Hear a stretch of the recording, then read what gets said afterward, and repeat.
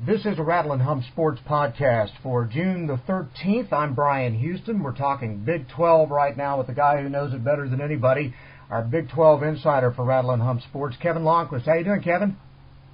Doing good, Bryan. How are you today? Doing great. Thank you very much. Again, it's kind of the dog days before we kick into football season here in a few weeks. But in the meantime, the gift that keeps on giving, Bob Stoops. This time, not so much what he had to say, but what some former players had to say. Jamal Brown and Spencer Tillman, former Sooners, who are calling out the toughness of the Oklahoma team and the direction the program is headed in. What's your take on this? When former players, especially those who didn't play for the current occupant in that seat, make some public criticisms, I kind of tend to look at this as them being no different than just the regular fan or donor or alumni who are just very close to the program. I mean, I understand where there's been some concerns because Stoops won a national championship in his second year there in 2000. He has taken them to, I believe it's 4 BCS games. There have been some games though during his tenure where Oklahoma's looked very poor.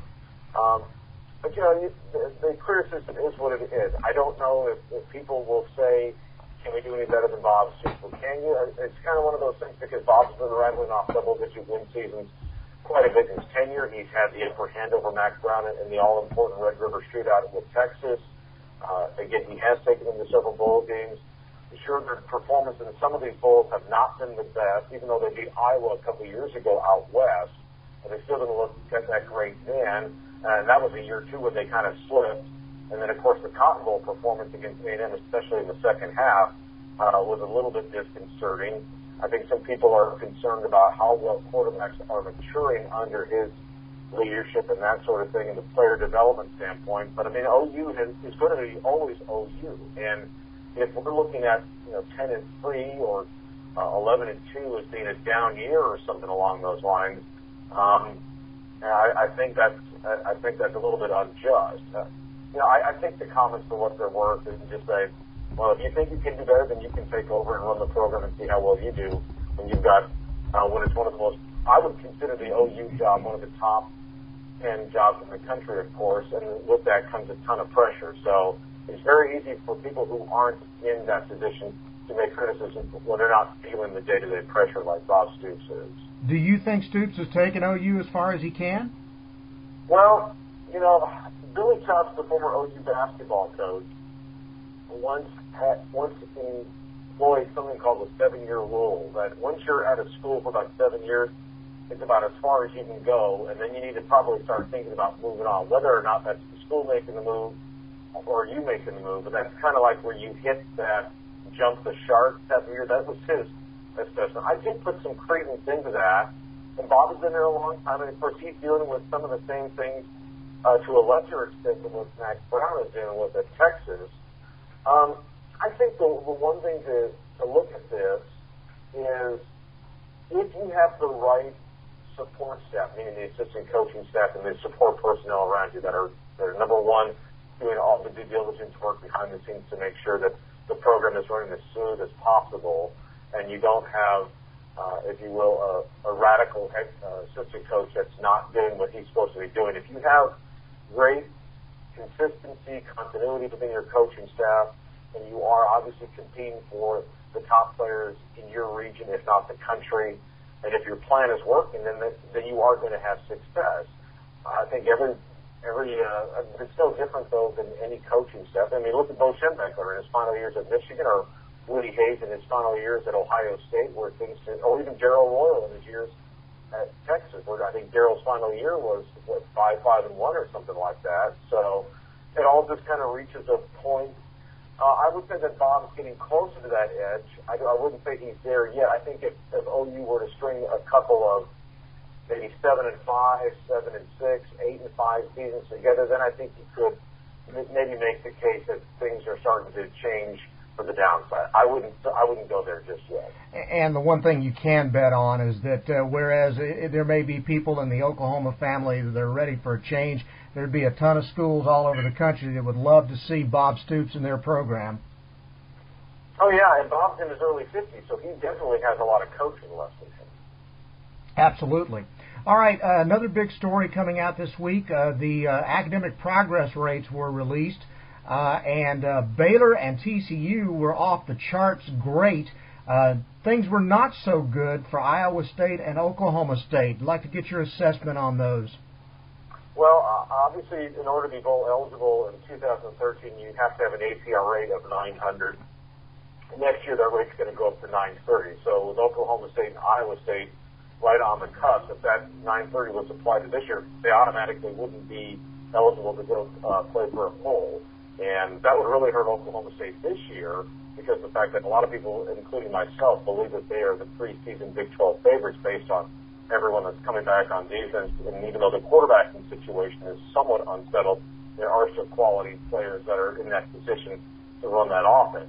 That being said, I would like to think that when these scores have come out, and these coaches and the compliance officers and the academic support system, everybody knows what needs to be done in order to get these numbers up. I think it's great for the private schools like Baylor and TCU to lead the way. And even though the Big 12 didn't have a top 10 per se in the country, 962 for both Baylor and TCU are pretty good, and even 960 for OU is very impressive. I think obviously with Texas way down at 936, barely on the other edge of that number, they obviously know. And again, the thing that hurts that APR number 2 is the fact that you have kids that are transferring out of the program or getting dismissed. So when those things are counted against you, that kind of hurts too. So I think there might be some things that need to be looked at as far as that number is calculated in future years to make sure that that's more of a fair representation. Now, I know what a high-rolling gambler you are. I picture you, with $100 bills sticking out of your coat pocket all the time. But the Golden Nugget Sportsbook has posted point spreads on tons of games for the 2013 college football season. They're allowing bettors to place 3 $1,000 max wagers on Friday before returning to the back of the line. I listed when I sent you an email with some of the lines for some of these games, but my question would be, if you were going to pick 3 ball games that you wanted to, if you were going to wager, but if you were going to pick 3 ball games that you're most looking forward to, the most intriguing games in the Big 12, either conference or non-conference this year, what 3 would jump to your mind immediately? Well, I would look at Oklahoma visiting Notre Dame on September 28th. I would also look at, and I'm not so much really looking at the Cotton Bowl game between OU and Texas, but the other 2 games that I would look at would be Oklahoma playing Baylor on November 7th down in Waco, and then Oklahoma State playing Texas on November 6th. I think those are 3 really interesting games. If Texas is as good as some of us think that they can be, again, I had written a piece last week suggesting that I think I would buy Texas, but I would put a small investment in them just because I still want to see it. I mean, I think the national media is just knocking itself silly to try and build the hype for Texas because they want Texas to be good so bad that it hurts. But for me, I'm just like saying we probably need to see a little bit more from Texas. But again, that game would be pretty interesting, especially the fact that Oklahoma State beat UT, and I think it would be kind of interesting to see what would happen this year. I see, though, it looks like the wise guys really like Texas this year because they have them favored in virtually every ball game except the Oklahoma game, which is a pick-em right now. Yeah, I wouldn't say that. Again, the weird thing about that game, as we've talked about in the past, Brian, is the fact that is such a momentum game where all of a sudden one big play turns in the favor of one of those 2 teams, and then it could absolutely mushroom big time, like we've seen, like last year's game, just completely got out of hand. And that kind of goes back to where we're talking about Bob Stoops, where the reason why he's owned that Texas series, or had the better of it, if you will, is the fact that when his team has caught momentum in those games, they've really capitalized on it and made Texas pay for it. Very good. All right, another story that came out, the Big 12 could have had Louisville. We know that. Louisville, it seems like, wanted to be in the Big 12 at one time, maybe a year and a half, 2 years ago. Now they've won a BCS football game. They've won the national championship in men's basketball. They went to the Final Four in women's basketball. and now they've got a team in the College World Series. Do you think the Big 12 regrets not taking Louisville now? Perhaps. I think with Louisville, I mean, they've obviously shown themselves to be a pretty good program here overall in all sports, because obviously Louisville has always been known for being a dominant program in men's basketball when Denny Crum came along in the late 1970s. But obviously they've got a really smart group of people that are in that athletic department, marketing and making sure that they are really Louisville's team.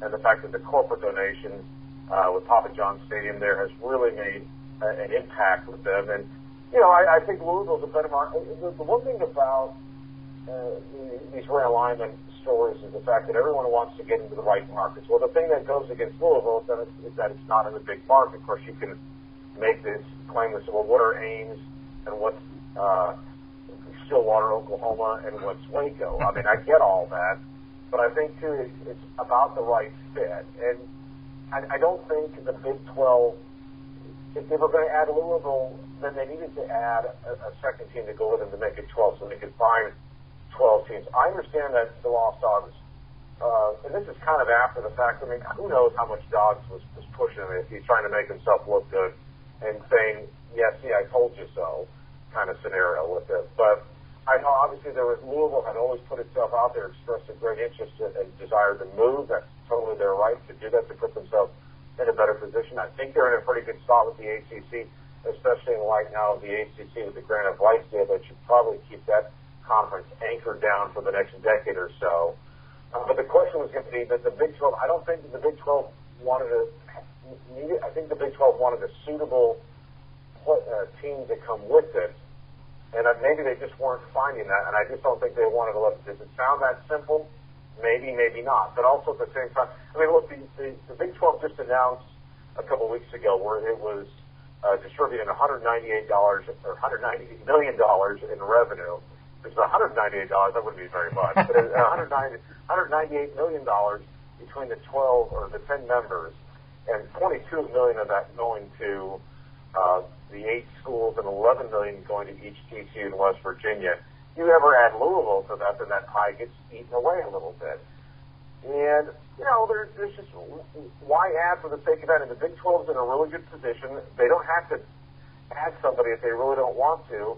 And I think at the time when when they were looking at adding schools and they added TCU, that made sense because TCU was in the region and was in a position where they were ready to make the move up, and they had some growing pains, but they hung in there and did okay.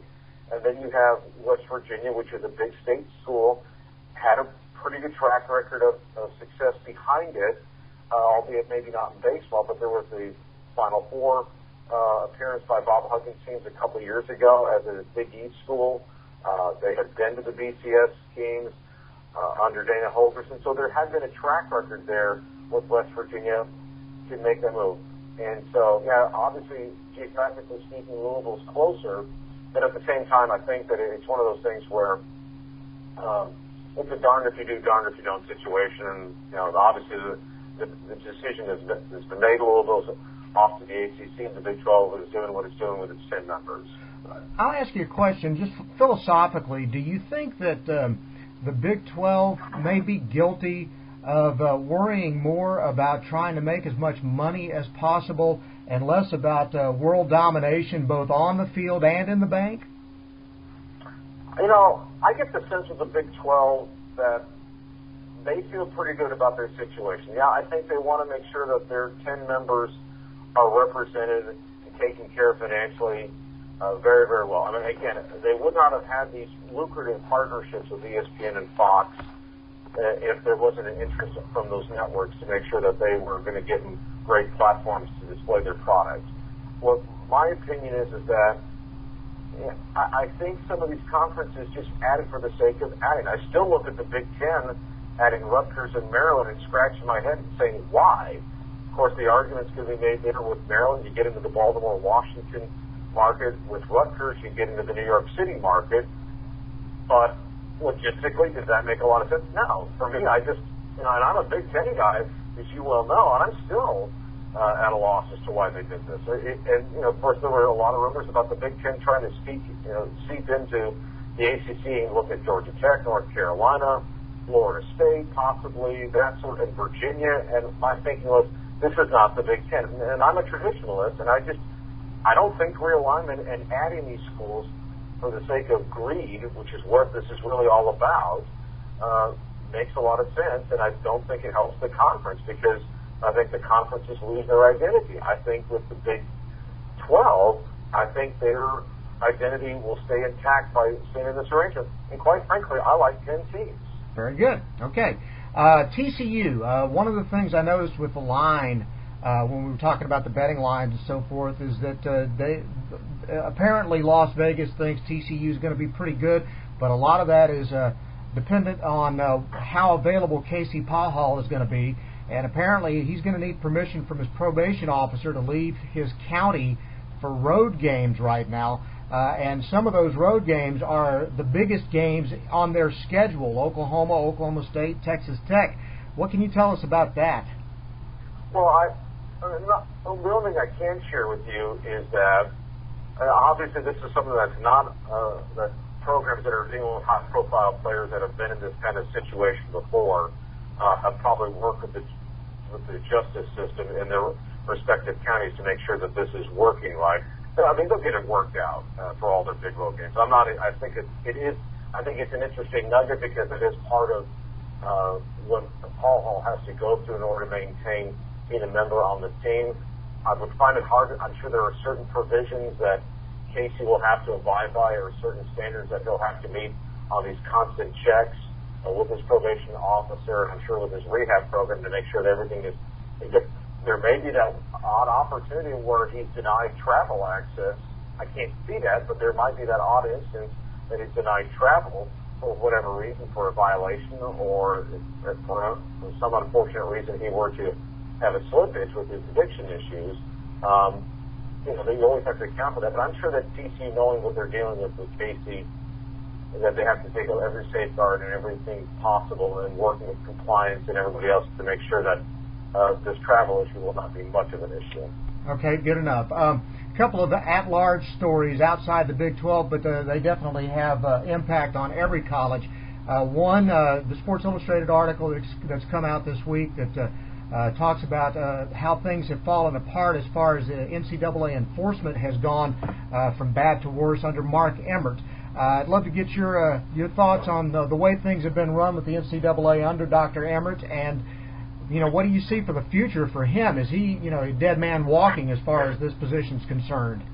It's interesting, Brian, because I think when we had spoken about this before, especially I think we were talking about the Miami case where one of the investigators was found to have a conflict of interest with that investigation, and they had to basically start the whole process over again. I had spoken then about support for Dr. Emmert regarding this. Obviously, he's going to have support from the Pac-12 presidents because of the fact that he came from the University of Washington.